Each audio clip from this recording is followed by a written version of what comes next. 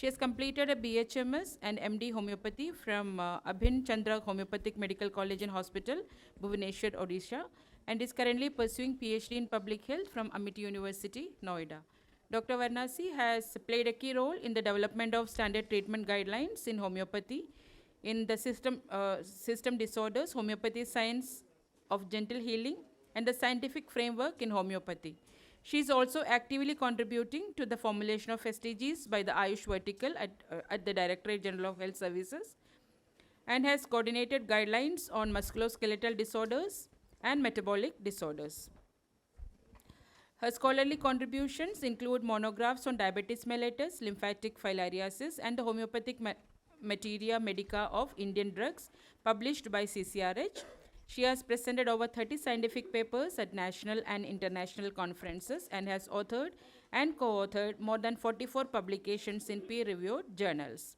Dr. Varnasi is also the co-author of the book An Update on Bowel Nosodes and serve as an associate editor for both Indian Journal of Research in Homeopathy and Complementary Medicine Research. In recognition of her outstanding contributions, she received the Young Scientist Award in Clinical Research 2018 from CCRH.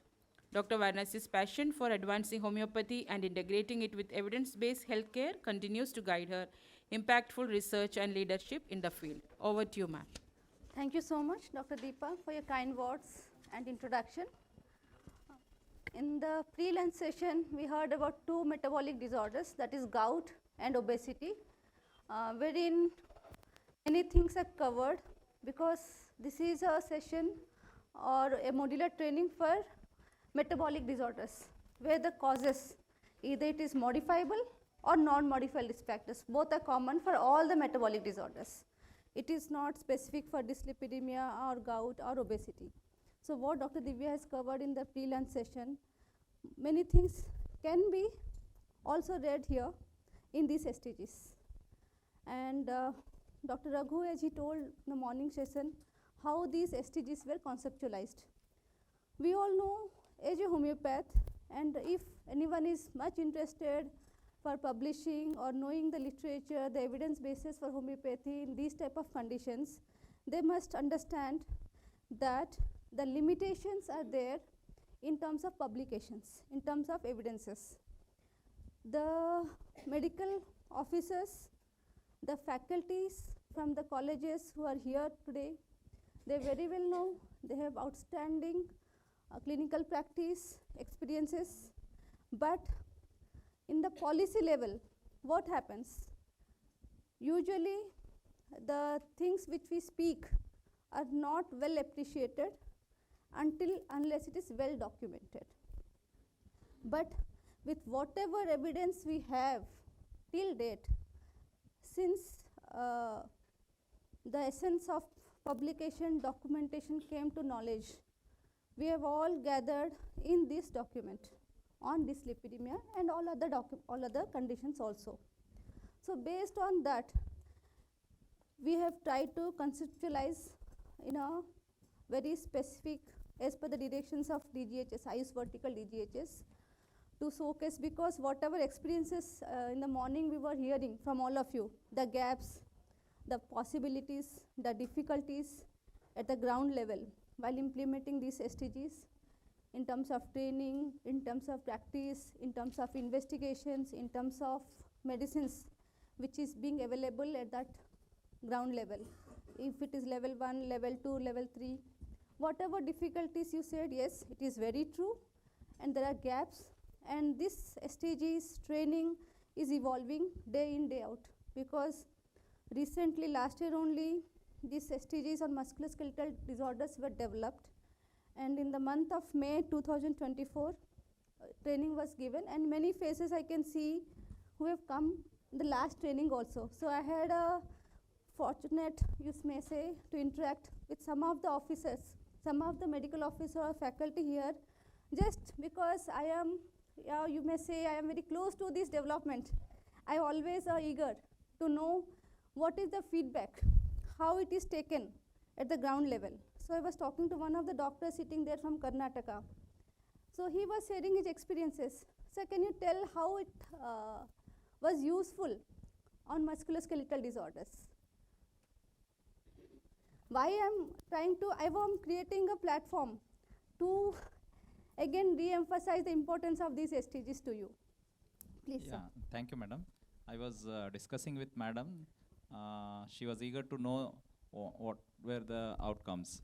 Actually, we had a training last year.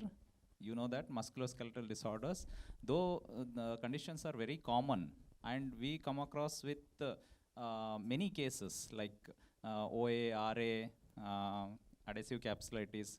So, in my experience, what STG has made is see, out of 50 drugs, yeah, we were expected to select our prescription. The STG is making us to select the drug out of 10 drugs now. So our burden has reduced and it is more effective, and they have found all the listed drugs are most effective drugs. So if we follow STG very systematically, and it is easy to make the evidences also. Say for example, for RA, select 1 or 2 drugs, start prescribing the same drugs for the all the patients, see how effective they are for 6 months, 8 months. Then once again select next 2 drugs. So like that, we can do the group study out of these STGs only. So next, what I am thinking is, in gout, one of our doctor was telling he found very good results compared to allopathic drugs. So now we can start implementing this STG at our level only, rather training other people. If we start implementing, that will be helpful, I think. We can share our opinion in future also. That's what I wanted to tell. Thank you, sir. Thank you very much. So with this in our body, we have carbohydrates, fats, proteins. These are 3 main ingredients in our body. So lipids are required for our body, right? Our brain has 90% of lipids. It is made of lipids only.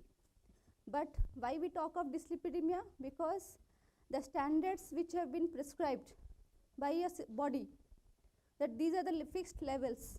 If beyond that, we are abnormal. This is what we understand, right? That is the word dyslipidemia. It is based on the lipid levels which are being taught in our colleges, in physiology, in pathology, that these are the ideal limits, and beyond that or below it may be said as abnormal functioning of the system or this biological system. So that's why the term dyslipidemia has coined, that is abnormalities in the lipid levels in the body. So dyslipidemia, if we go through, these are all mentioned in that guidelines. I may not read out line by line, but we need to emphasize why this is being thought of, why this is given importance across the globe, and how we can tackle it. Because for doing anything, we need to know the estimate, why we want to work on it. If there is 1%, 0.1% prevalence, are we interested? May not be. But when it comes to epidemic scenario, we are interested, because it is an acute condition, it takes a lot of death tolls, something like that. But when it comes to dyslipidemia, if you see the percentages, it is 39% WHO has reported, and India, if you see, 25 to 30% in urban, 10 to 15% in rural. So there is a clear demarcation here, and you are coming from all corners of the country, both urban, representing urban and rural setups. If you go for Himachal, it is again mountainous, hilly area.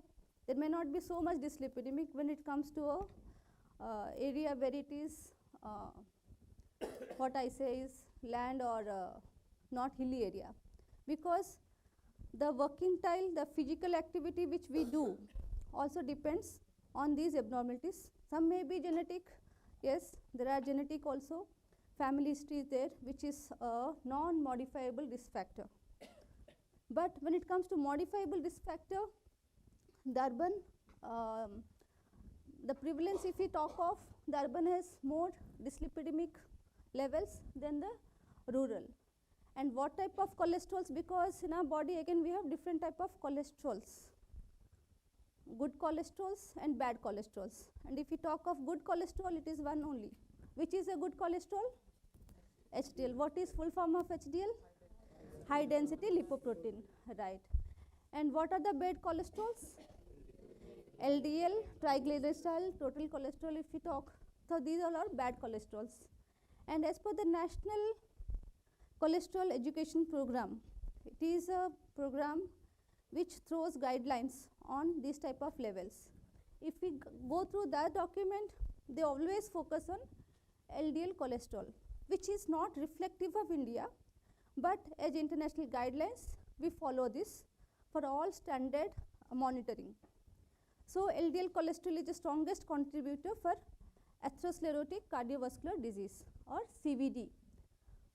While some studies have shown non-HDL cholesterols, it may be triglycerides, it may be total cholesterols, but when it comes to emphasis, LDL is always emphasized. And the range, the numbers, everything it is known, and we may not remember sometime also. We have all the referral documents here with you. So these are the values beyond which we say there is abnormality. Now coming to the national studies, it has been reported that prevalence of hypercholesteremia is most in south and few of the North Indian states, more in urban and than rural, whereas prevalence of high triglycerides and low HDL cholesterol is similar throughout the country. So these are the different scenarios where we see dyslipidemia or the pattern of dyslipidemia across the country. It may be primary, it can be secondary. Primary is usually genetically linked, and secondary is there may be comorbidities.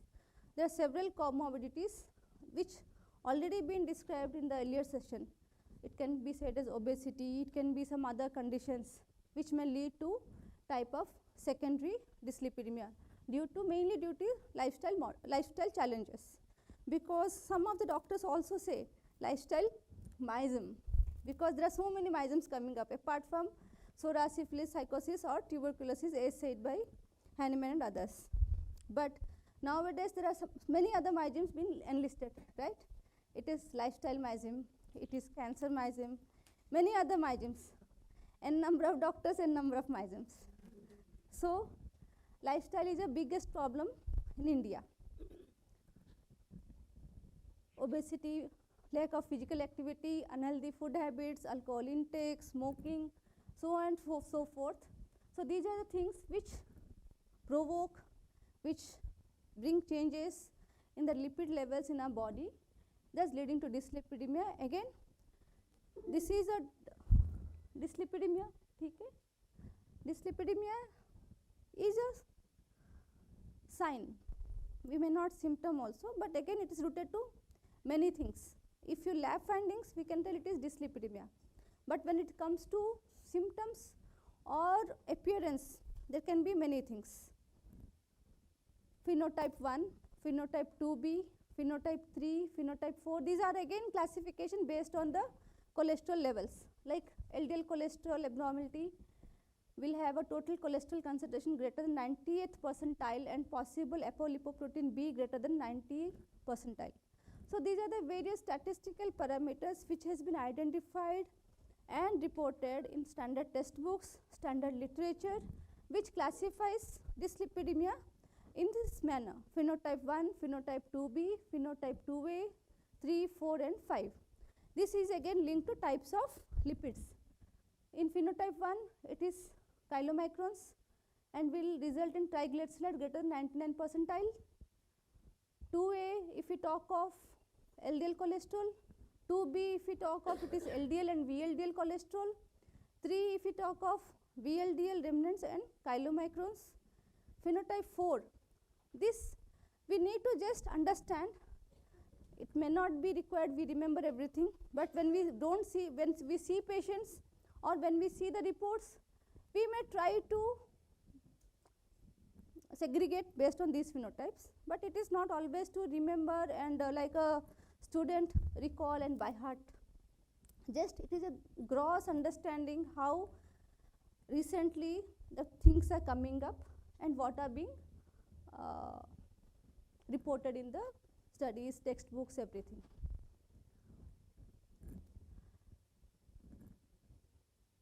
So, can you tell me, have you seen some dyslipidemia cases in your practice? Yes, ma'am. What type of features you find there? How the patients, when you see a patient coming to you, when will you suspect a case of dyslipidemia? Firstly, I go with the history of high BP. Okay. And family history. Then I will go for the features such as in the routine investigation, go for the lipid profiles. In the physical features, I will see the deposits on the upper layer of the skin. Okay. Someone else? So we can interact because I know we have taken lunch now. We'll have a siesta coming up, and we feel like एक bed होता और हम थोड़ा सा late जाते हैं, हाँ?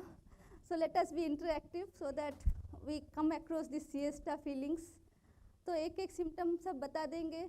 As per your experience, it is not textbooks, but जो आपने experience किया है, जो आपने देखा है, let us contribute. Lipoma और जेंथलिज्मा, हाँ, और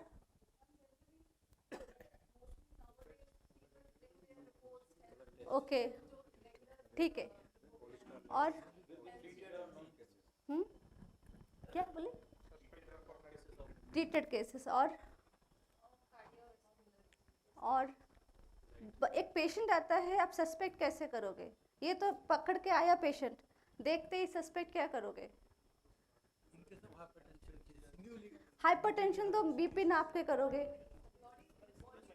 body weight, right? Obesity doctor Divya told in the morning session, obesity वो देख के पता चलेगा कि हाँ xanthelasma which is shown in this picture, eyes के ऊपर डिपॉजिट होते हैं.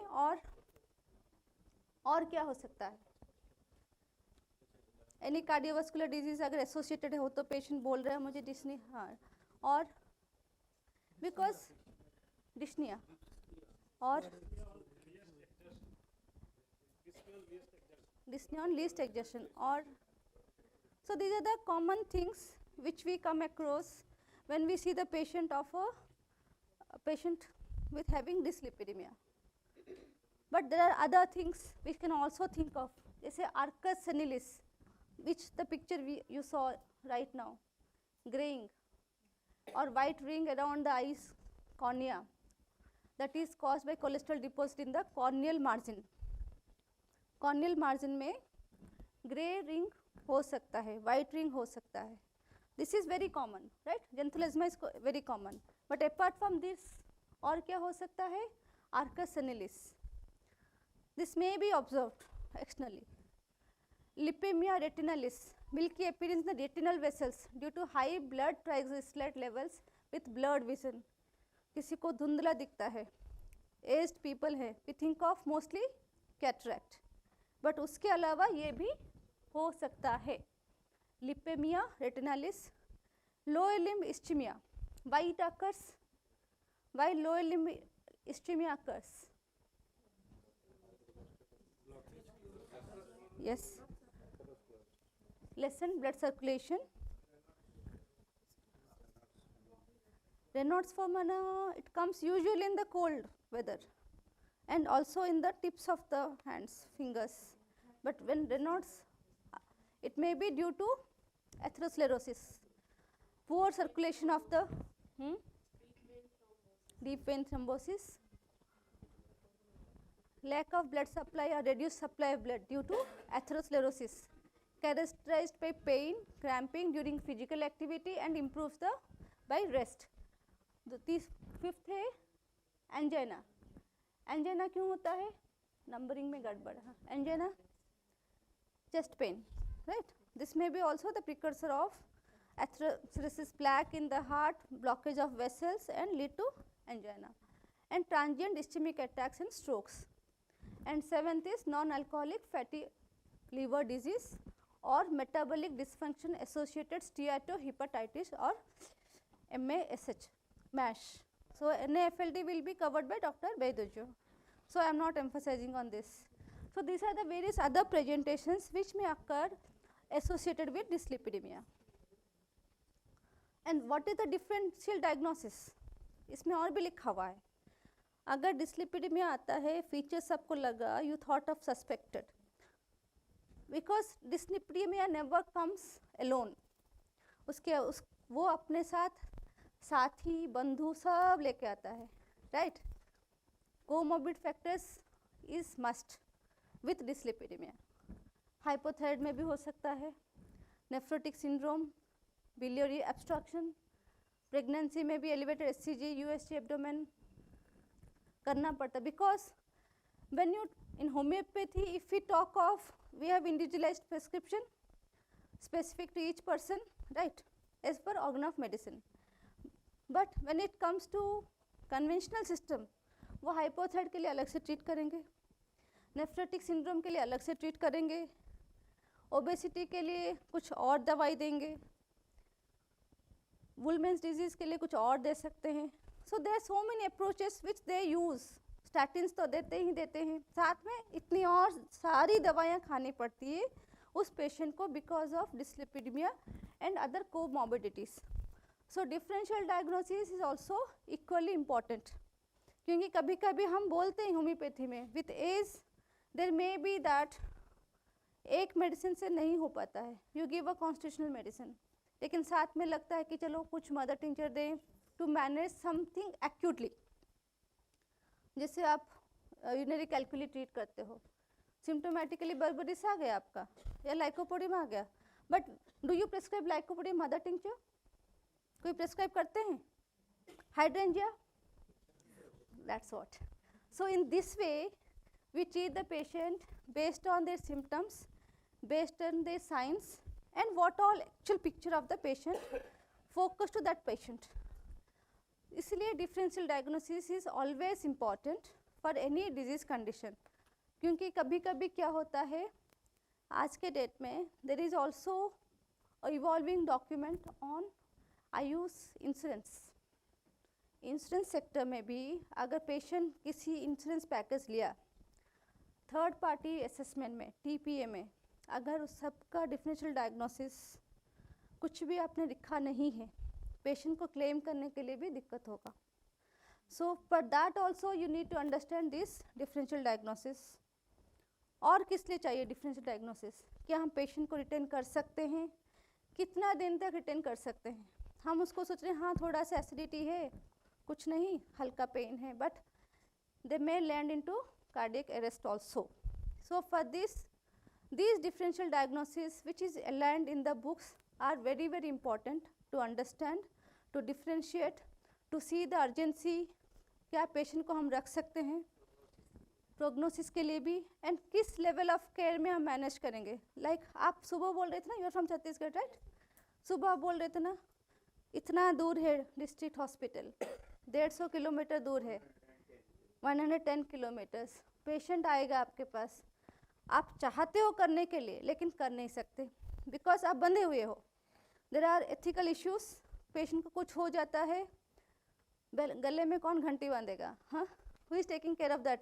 आजकल तो कुछ भी हो जाए पेशेंट उठ के उल्टा पीटने के लिए दौड़ते हैं, राइट? आप जितने भी ट्रूथफुल हो, ट्रस्टफुल हो, you are giving your best efforts, but you have to protect yourself also. So for this also differential diagnosis is must and we should understand. जितना हम कर पाते हैं अपने दायरे में रह के हमें करना है. जहाँ नहीं हो पाता है पेशेंट को मोटिवेट करना है, परसुएट करना है कि आप जाके आगे करके आओ, ताकि आपका अपना डॉक्यूमेंटेशन सेफ रहेगा. कुछ बोल रहे हैं sir? Then supportive investigations. Doctor Divya already told about this BMI, body mass index. Overall world में किस तरीके का BMI कैटेगराइजेशन है, एडल्ट एशियंस में किस तरीके का कैटेगराइजेशन है. अगर आप ये देखेंगे, अच्छा इसमें आएगा नहीं, if you see here there is a difference. Okay, ये नॉर्मल को थोड़ा सा कैटेगराइज कर दिया हुआ है. यहाँ पर 22 है, यहाँ ओवरवेट में 23.24.9. There is slight differentiation between the categorization of the weights. BMI अगर हम देखेंगे there is slight difference, but if we think of pure obese class 1 यहाँ 30 से 34 लिखा हुआ है इन जनरल, और एडल्ट एशियंस के लिए 25 टू 29, बिकॉज वेस्टर्न कंट्रीज और इंडिया या एशियन कंट्रीज में this is the difference. Here there is lean obesity, that's why we miss the cases of diabetes, we miss the case of cardiovascular events, the silent cardiac arrest हो जाता है. Why? Because we are dyslipidemic, we are not obese, but so we don't recognize. But the visceral fat, someone was telling, na, visceral fat, who was telling? Yes. So there is difference in that. For that also we have lean obesity and it is raging now. अभी recently newspaper में भी आया था lean obesity and diabetes. When there is lean obesity, diabetes, diagnosis is difficult because the questionnaire which is developed by Mohan et al. From Madras, IDRS score, Indian Diabetic Risk Score, उसमें obesity is one of the parameters, या फिर waist hip circumference one of the parameters, उसमें क्या आएगा? कम आएगा. The patient will be diabetic, क्योंकि उसमें scoring है more than 60 is a risk, or you can detect that person to be diabetic.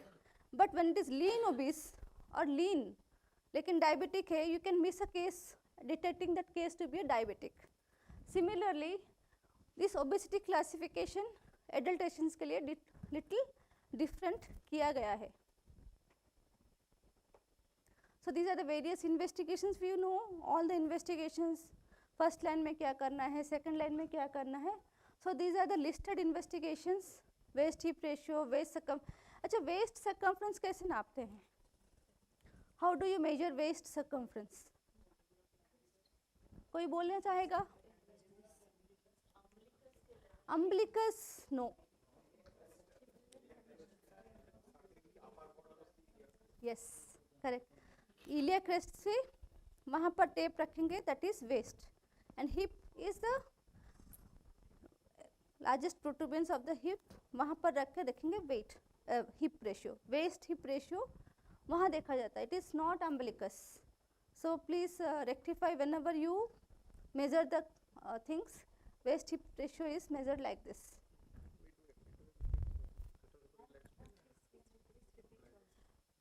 Waist circumference जो देखते ना, iliac crest है, iliac crest जो होता है, tip of the iliac crest, वहाँ पर टेप रखो, measuring tape, and you have to measure the waist. Hip is again the largest protuberance of the hip region which you measure, that is hip. So waist hip ratio, waist which comes only waist circumference, waist hip ratio, there are the various parameters which are non-investigational parameter, non-invasive, rather I will say non-invasive parameters which can be also assessed to go to a reach that the patient is dyslipidemic, to carry further investigations. Homocysteine levels, fundoscopy, urine analysis, creatinine kinase, serum creatinine, liver function tests, TSH, thyroid function tests, blood sugar levels. So these are the various tests which may be done for investigations to see dyslipidemia as well as particular diagnosis of particular clinical condition, because dyslipidemia is not a clinical condition. I am repeating, dyslipidemia is not a clinical condition. It is a precursor of many conditions. It is a risk factor actually. So how to manage? क्या क्या हम करते हैं? Dyslipidemia patient का कितनों ने dyslipidemia cases देखे हैं एंड ट्रीट किए हैं? Can you raise your hands? Mohit sir आप बताइए, how do you manage the cases?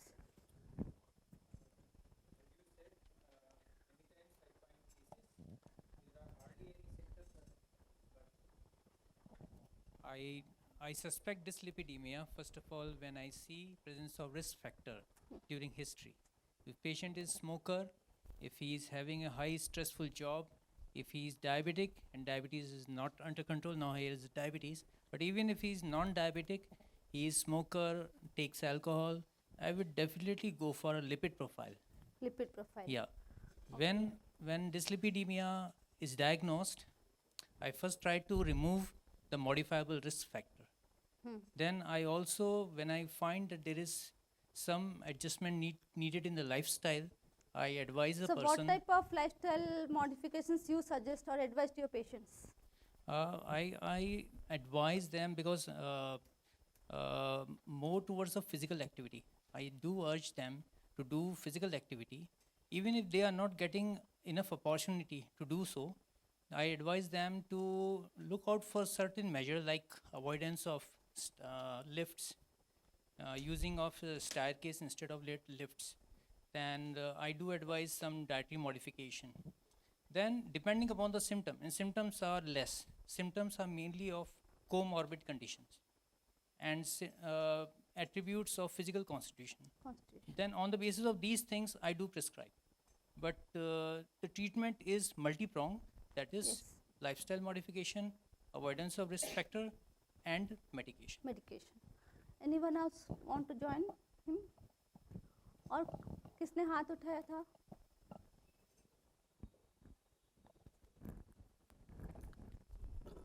आप बोल-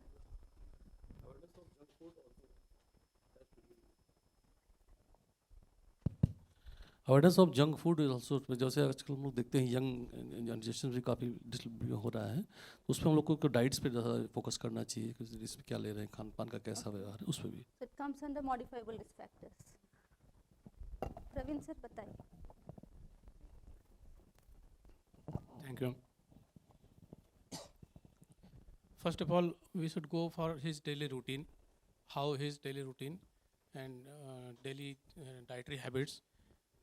We have to modify that routine and daily habits. If we modify and daily routine correction is advised, then maximum cases are corrected or rectified by that thing with this only. Many patients are those who are taking regular medication, atorvastatin and so many other medicines. That medicines are reduced, and by lifestyle correction, adding some physical activities, exercise, you can say anulom vilom pranayam or yoga, these will also helpful for the treatment. And with this our Like constitutional this your medicine, personal experience? yes ma'am, Okay. and this is with this our constitutional medicine will give, then that will definitely control. And few patients I have seen, they will stop the atorvastatin, Atorvastatin. yes, by this constitutional medicine only, and the total lipid profile is under control. Thank you. Anyone else want to contribute? Low carb diets. Okay. Ma'am, actually, I saw a case of xanthoma in my practice. So there was a teacher, a female teacher, and she is coming to me for some menstrual problems. So suddenly one day she told, "Madam, I am having this xanthomas. Please give some medicine for that." So she was already taking Galicarb for her menstrual problems. So I didn't prescribe anything specific for it, but I gave Cardus marinus because her liver LFT is disturbed and lipid profile is elevated. So, and after giving this Cardus mother tincture, the xanthomas, actually it is a scar tissue, so it is not going to go totally, Totally. but it faded up to 80%. 80%, So, yes, very good. 20% it's there. Thank you for sharing your experience.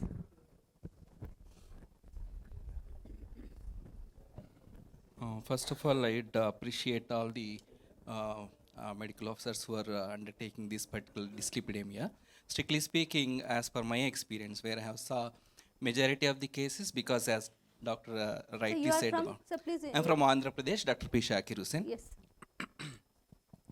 As Dr. rightly pointed out, this is a multifactorial aspect which the patients have to be dealt with, correcting various areas along with the medication, whether it is constitutional medication or any kind of mother tinctures, whatsoever it is.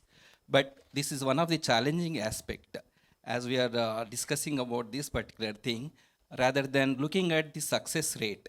The success rate, what 1 or 2 cases or few cases is not sufficient to be getting into validation. Majority of the doctors have been dealt with 1 or 2 cases in their daily experiences, but here we are not able to put forth our word in front of the public because this is the success rate which we are getting is not a point wherein we can raise our hands and say authoritatively or concretely or confidently that this medicine works out for this particular area. There are n number of factors which are prevailing here that has to be modified. At the same time, the various stages what you are giving now, that may be helpful for us to put forth our. Built-in documentation Yeah, purposes. thank you, madam. And strengthen the evidences.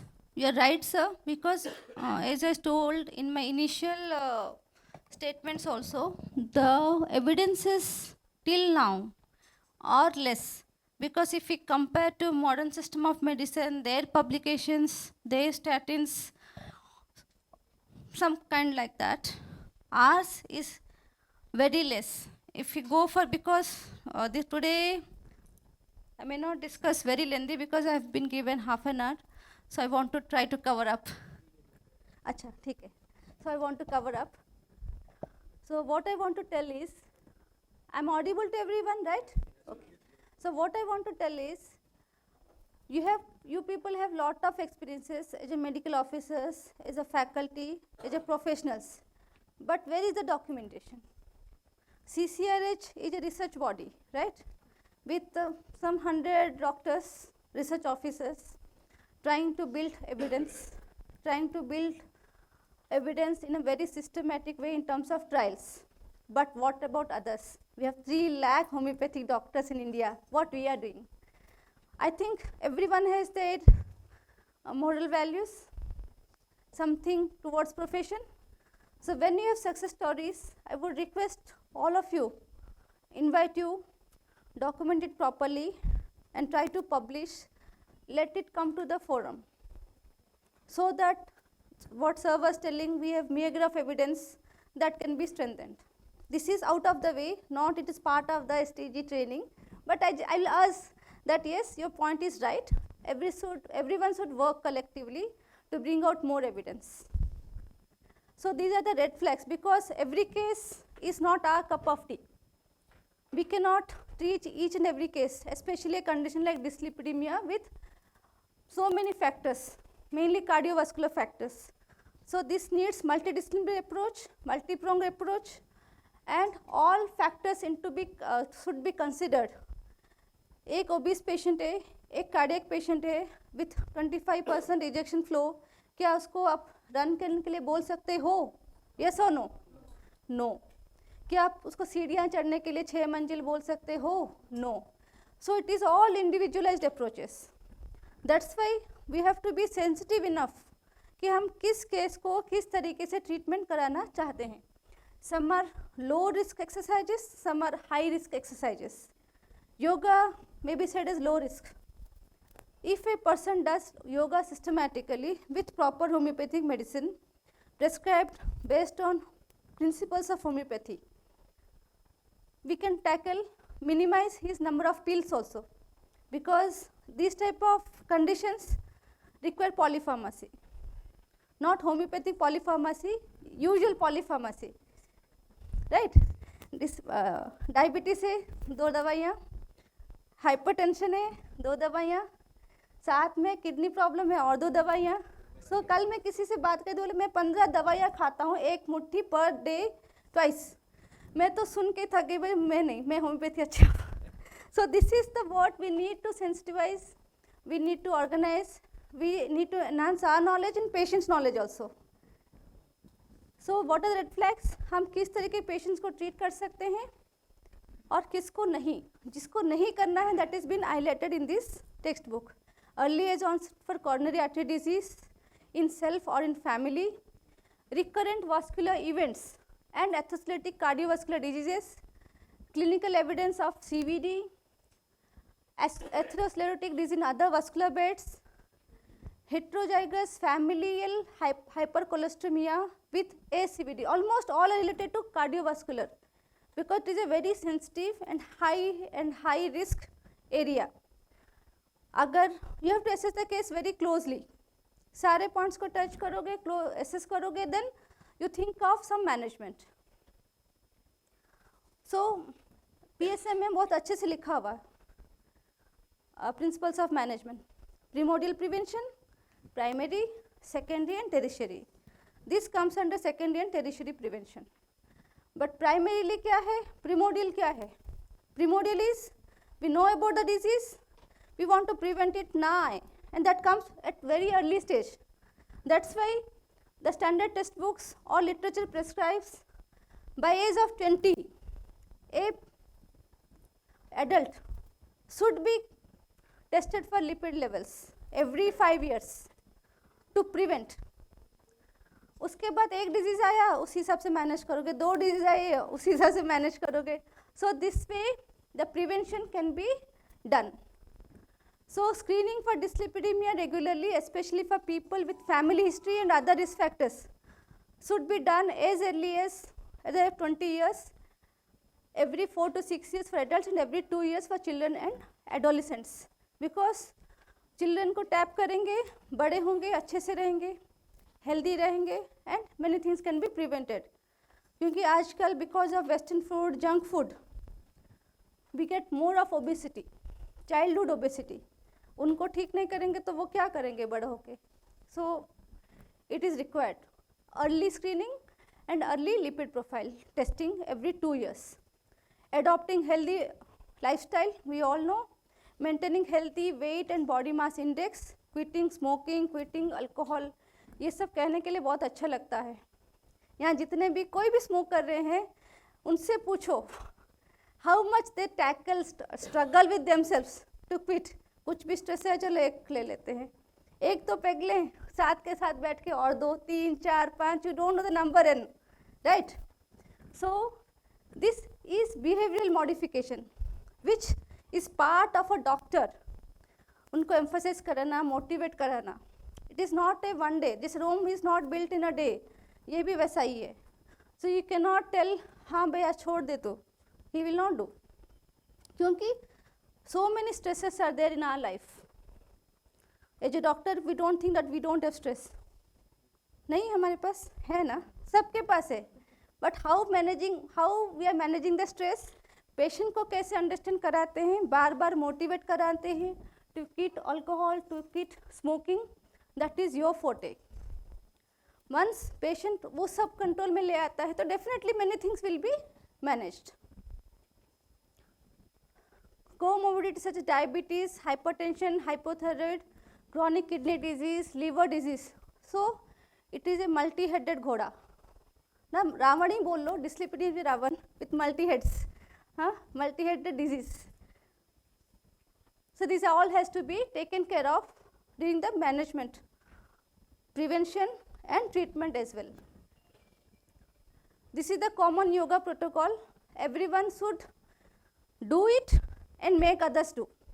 हम करते हैं, आज करते हैं, कल छोड़ देते हैं. When we are more overwhelmed, नहीं बहुत अच्छा है मुझे आज ही जाके करना है, आज कहीं सुन लिया, कर लिया, कल परसों छोड़ दिया. फिर से दोबारा कोई एक प्रोवोक करता है, मोटिवेट करता है, फिर शुरू करते हैं. But we need to make it part of our daily practice.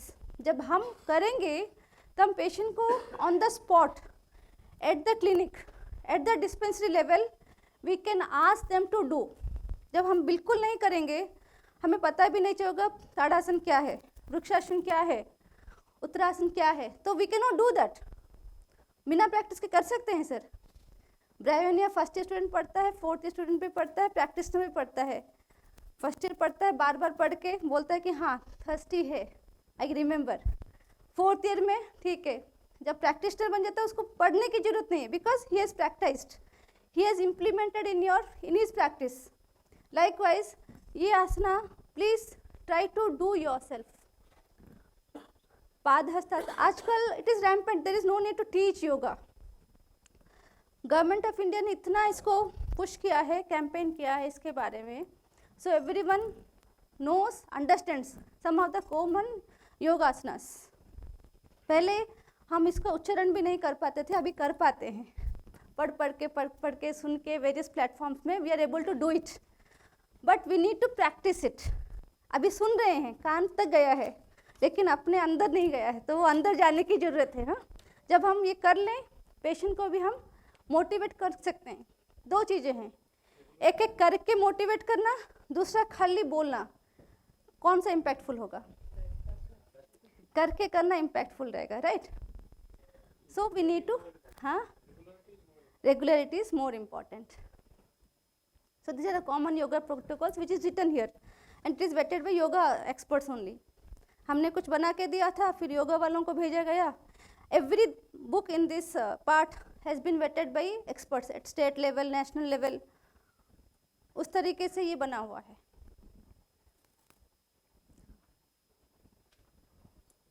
This is sitting yoga positions, prone positions.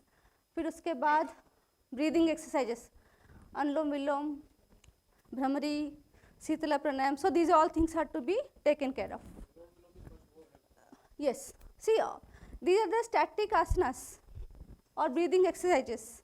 इसी को लेके बाहर वाले पैटर्न बनाते हैं, कार्डियक ब्रीदिंग्स. हम इंडिया में कब से है, लेकिन हम उसको जोर नहीं देते, हम उसको इम्पोर्टेंस देते ही नहीं, लेकिन बाहर जाके ये ब्रांड बन जाता है और वही इंडिया में आता है सेल करने के लिए विथ रिसर्च एविडेंसेस. बैक करूं? Pardon? This one? It is there in the book. Pictures are not there, but this is there.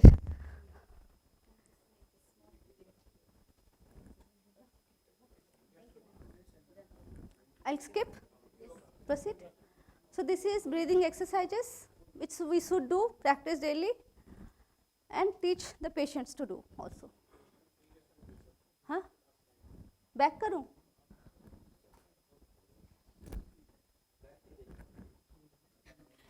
करके देखना है, राइट?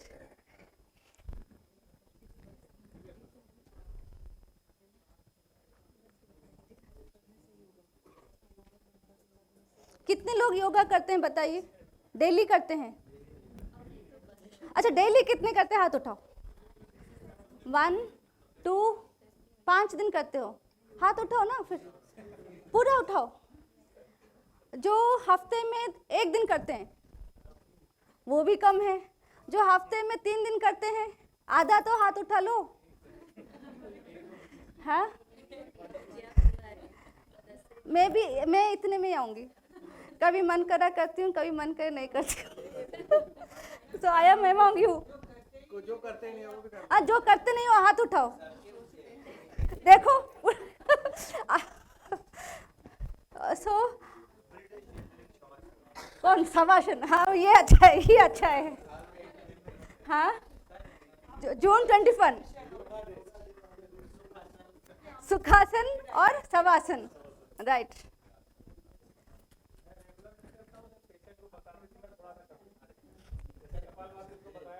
हाँ, खाना खा के करते हो, पहले करते हो? क्लिनिक में ही? हाँ, ऐसे करके दिखा देते, इसलिए आपका हाफ, आप इसलिए थोड़ा सा मेंटेन्ड है. हाँ, तो intervention level 1 is at the PHC level. What you were telling the ground reality. सब कुछ नहीं मिलेगा इधर, कुछ कुछ मिलेगा. तो कुछ कुछ में भी कुछ अच्छा करके दिखाना है. तो इसमें क्या है, योगा तो आप बोल सकते हो, फिजिकल एक्टिविटी आप एडवाइस कर सकते हो पेशेंट को. कॉमन टेस्ट जैसे लिपिड प्रोफाइल होता है, हो जाता है. PHC में क्या, कौन कौन PHC से आए हैं? नहीं होता लिपिड प्रोफाइल? हो जाता है. ब्लड शुगर लेवल्स हो जाता है. हाँ, नहीं हो जाता है. How valid reliable are those test? देखो तो फिर वैलिडिटी उसका टेस्ट का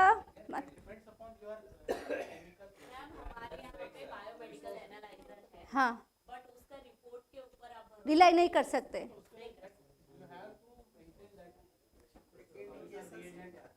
हाँ, कुछ इंडिकेशंस मिल जाते हैं तो रिपीट कराते हो. फिर when in doubt what you do, भेजते हो. अच्छा, so clinical diagnosis is first. That's why we have given clinical diagnosis. पहले तो क्लिनिकल डायग्नोसिस करो. अगर पेशेंट का उतना, उसका जो क्लिनिकल सिम्टम्स है उतना अलार्मिंग नहीं है, if you think you can manage, for 15 days, इसलिए हमने इसमें लिखा है it should B for 15 days only. उसके बाद पेशेंट को दोबारा बुलाओ. पेशेंट दोबारा आता है, गिव ऑल इंस्ट्रक्शंस कि योगा करो, फिजिकल एक्टिविटी करो, local food, motivate them for local food. ये नहीं कि वो वहाँ पर एक PHC में बैठा है उसको बोलो आलमंड्स खाओ. It is not possible. Is it possible sir? No, it is not possible. जो लोकल फूड है वहाँ का पेशेंट जो खाता है, we have to understand the history. वो क्या खाता है, कैसे खाता है, कितना एक फार्मर है, उसको सुबह उठ के दौड़ के जाना है. कहाँ पे जाना है? काम के लिए जाना है. वो कहाँ खाएगा, रोटी बनाएगा, ये बनाएगा? वो तो पोहा लेते हैं, दही लेते हैं, केला डालते हैं, स्मैश करे, 2 मिनट का मैगी उनका बन गया, वो खा के चले जाते हैं. राइट? ये होता है गांव में. तो लोकल फूड को एम्फोसाइज करना चाहिए, जो वो खा सकता है टेस्ट के अनुसार, ताकि वो इच्छा से खाए, खुशी से खाए. That is also important. Forced eating is not practising, is a good practice. तो plus based on the condition the patient is suffering from, ये सारा ध्यान में रखते हुए पेशेंट को एडवाइस करना है for healthy lifestyle. And with whatever symptoms are reported by the patient, you have to follow the principles of homeopathy for the management. These are various medicines which we have listed here. And these medicines we try to collate from all the literature evidence. ये first level of जो हमने जितना भी review of literature किया है, based on that evidence देना है. अभी 30 potency देना है, 200 potency, LM potency, that we had silent here. ये हमें पूछा भी गया था. And it is a big debate. We cannot come out of it. So बाकी किसी एक्सपर्ट ने हमें ये भी बोला था कि बायोकेमिक मेडिसिन को सबको हर प्रोटोकॉल में, हर STG में आपको रखो. It is used commonly. तो जिसको जैसे लगेगा as per their experience. But these are the constitutional medicine which we have tried to give that 16 medicine at level 1. varies as per the need, dose, duration, time, कितना खाएगा, क्या खाएगा.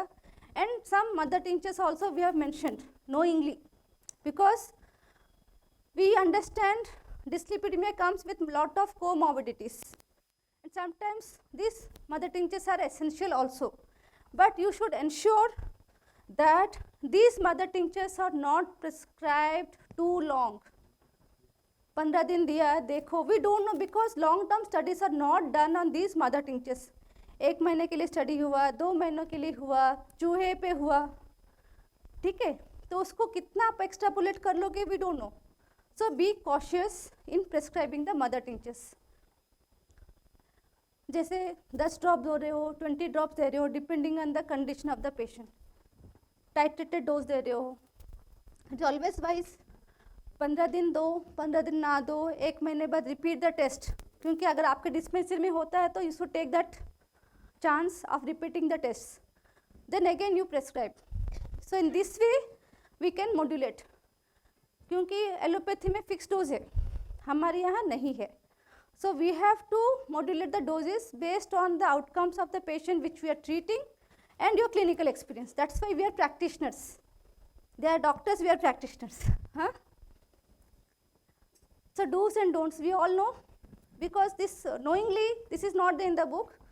Knowingly I have captured this from the Organ of Medicine, aphorism 3.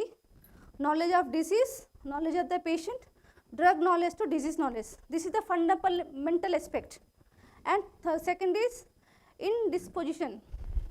Patient का क्या indisposition है, उसका क्या factors responsible है, that should be kept in mind for any prescription. Sir, which you are telling? Yes, yes. Then coming to recommended dietary and lifestyle, that is DASH diet. That diet has been a Western Mediterranean diet for dietary approaches to modify hypertension, but it is, after thorough literature, we have seen that this is applicable for all metabolic disorders. Sorry to interrupt, ma'am. Ma'am, we'll have to wind up this Yes, session. हो गया, बस Okay, 4 okay, slides. Okay. So these are the various. ये खाने से क्या होगा, benefits क्या है? This is not there in the book. This is not there in the book. Fruits कितना खाना है, benefits क्या होगा खाने से. It is in Indian context.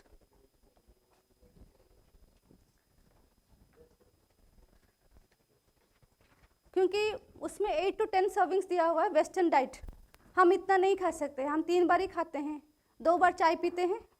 So based on that this we thought of try to develop this. Foreign में mustard oil नहीं खाते, इंडिया में हम घर घर में खाते हैं. वहाँ तो ऑलिव ऑयल खाते हैं, कैनोवा ऑयल खाते हैं.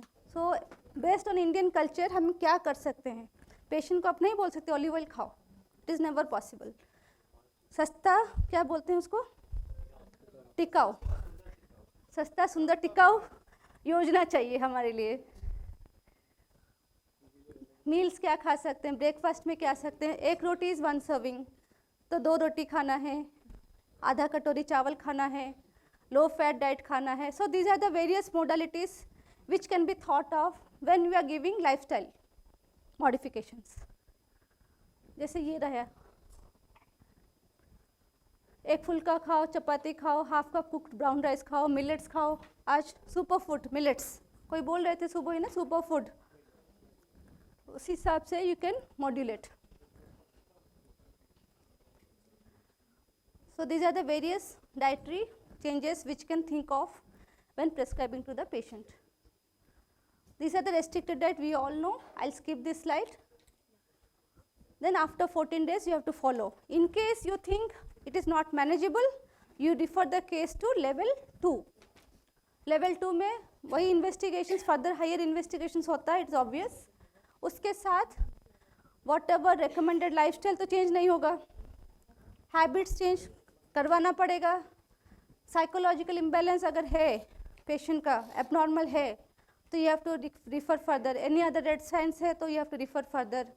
बाकी whatever management is mentioned level 1 that has to be followed at level 2 also and level 3. Level 3 में अगर लगता है कि और कुछ हो सकता है उसका, any other investigations, any other diseases you think of suspect, then you have to refer to the patient to level 3. And the medicines are very similar. Level 1 में जो है and level 3 we have given some. These are the some of the clinical studies which we found. Gonorrhea gamuri है, Baretta Carb, Baretta Mure, Fucus vesiculosis. These are the various studies which has been done and shown, Baretta Mure, Baretta Carb, that they have some effect in reducing the lipid levels.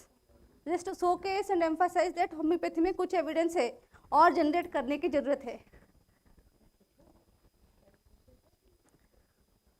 And these are some other medicines at level 3 because we understand level 1 में PHC, CHC कम medicines होंगे, but when you go to collegiate level or tertiary care hospitals, you may be accommodating more medicines. So इसलिए level 3 में कुछ rare medicines, कुछ specific medicines are added. So these are the various recommendations and this is the flow chart. Once you diagnose, how you are going to proceed further, कैसे दोगे, manage कैसे करोगे, red flags क्या, this all as a clear picture it should be there in your mind so that you can smoothen your practice and also deliver your trainings to further when you go to your states. Thank you so much.